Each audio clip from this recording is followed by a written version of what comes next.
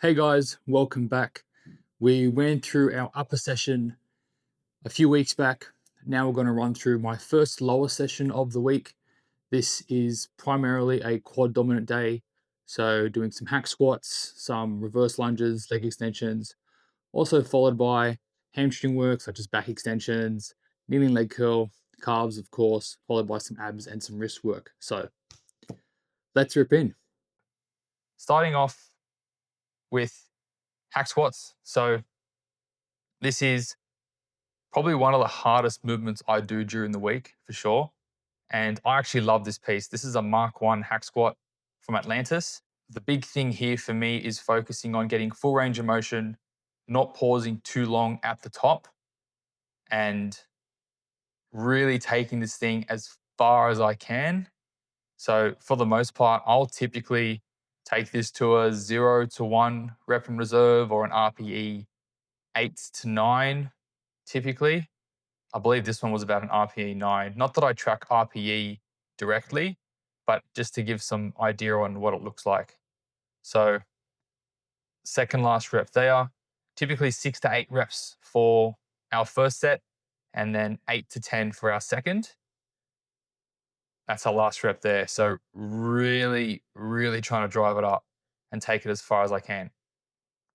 After that, moving on to back extensions. So, I like using 2 dumbbells, and I've gotten pretty strong at this movement now, if I say so myself.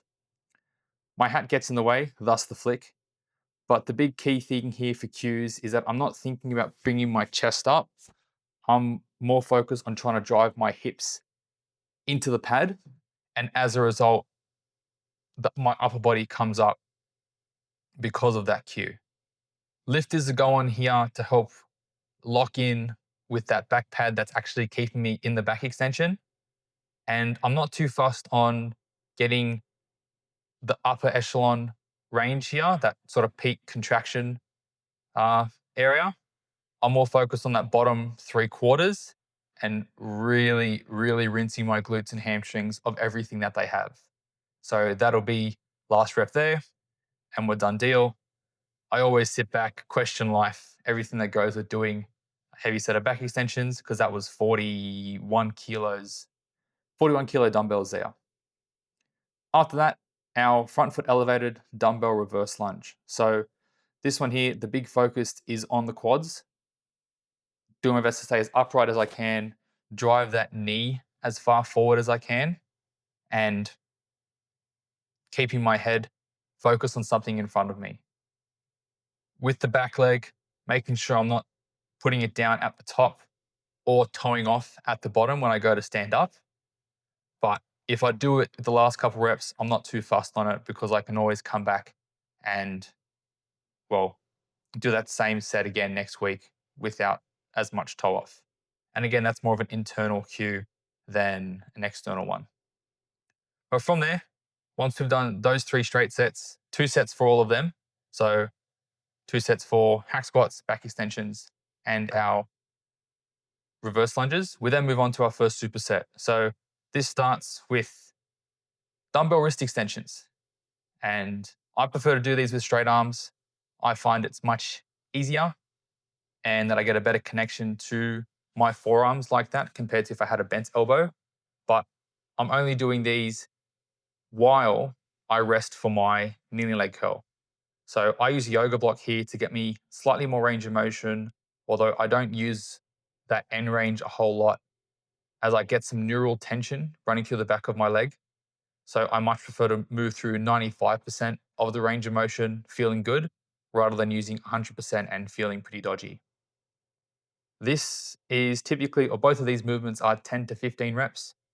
And you see here, like that's 55 kilos there.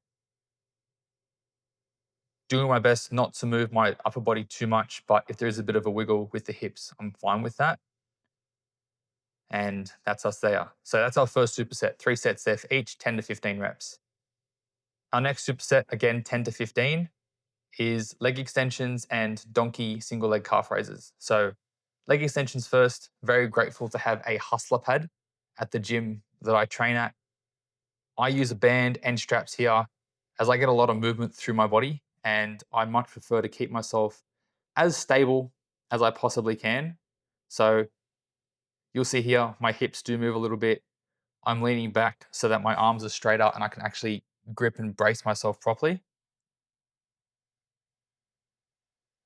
But this is very stock standard, trying to get as high as I can, allowing range of motion to naturally drop off, but calling it once I'm missing that top 10%, that tells me that, okay, I'm tapped. That's how end range they are. So, well, that's the end of the set is a better way to say it. So here, you're getting 10 to 15 reps, probably got one more rep here, and that's us. Beautiful. As I said, superset with that while I rest. I do some single leg donkey calf raises. So I prefer the bent leg variation. I mentioned before that I get some neural tension. With this, I don't feel as much. Typically, if I do, I'll stick my head up to reduce the range of, like I do here, reduce the distance between, well, that the nerve has to be stretched. What I'm focusing on here is getting as high as I can with the calf raise, pausing at the bottom for the stretch. But this does help me a lot when it comes to connecting with my glutes because there is a big toe glute connection. And so doing this, focusing on tensing my quad, which helps after doing leg extensions, getting as high as I can on that big toe, helps connect with my glute for the next exercise, which I'll show you in a moment.